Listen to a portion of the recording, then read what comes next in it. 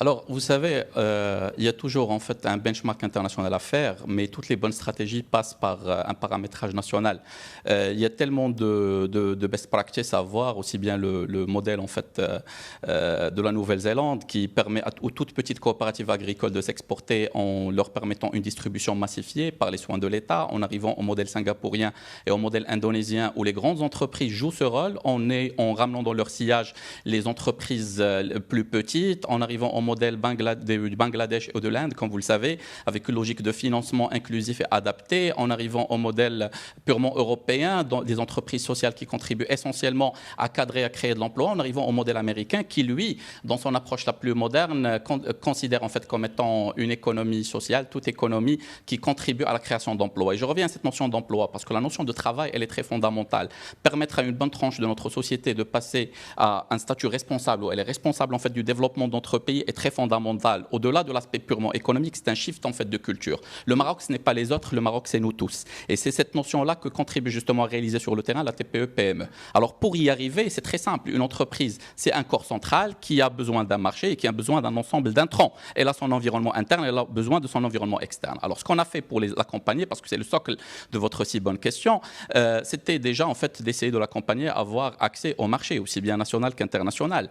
N'oublions pas en fait qu'il y a un ensemble de programmes qui ont été mis en place par l'INDH qui, dans sa nouvelle génération, elle prévoit 3 programmes dédiés selon les tranches sociales, les seniors, les jeunes, justement, qui sont le sujet de ce développement de TPE-PME, en arrivant justement aux plus jeunes. C'est aussi à travers un accompagnement à l'international et c'est un accompagnement aussi à l'export qui est très, très fondamental. Il faut en fait s'en rappeler. Il y a toute une expertise qui a été développée par les différentes agences nationales, l'AMDI, Ex-Maroc Export, et j'en passe, pour contribuer à ce que l'artisan s'exporte, à ce que l'agriculteur s'exporte, Foodex notamment, à ce que en fait, l'industriel aussi s'exporte, notamment le très petit, non seulement à travers un effet marketing, mais à travers tout un effet d'accompagnement, de formation logistique, financière, etc.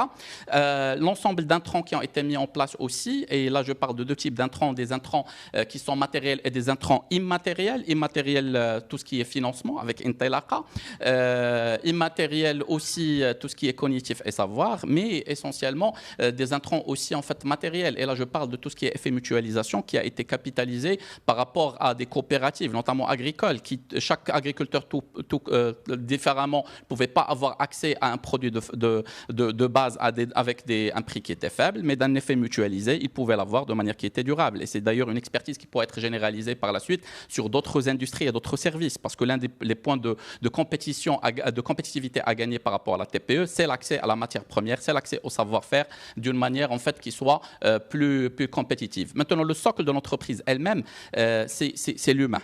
Une TPE, elle tourne toujours autour de son fondateur. Et une très petite entreprise, c'est les personnes clés qui travaillent autour. Donc, il faut renforcer leurs compétences et leur expertise. Et aujourd'hui, n'oublions pas que la nouvelle génération des programmes de l'OFPPT, ils s'adressent essentiellement à la TPE-PME, lui permettant d'avoir accès à des ressources humaines qui sont stratégiques, qui sont adaptées à son besoin, mais aussi qui sont adaptées à des métiers bien déterminés, renforçant le retour sur investissement. Mais il y a aussi un effort qui est important qui a été développé, c'est celui de la mutualisation des expertises. C'est les entreprises qui partent ensemble la main dans la main aujourd'hui à l'export, dans le cadre de solutions marocaines, où il y a un partage de savoir, il y a un partage de compétences.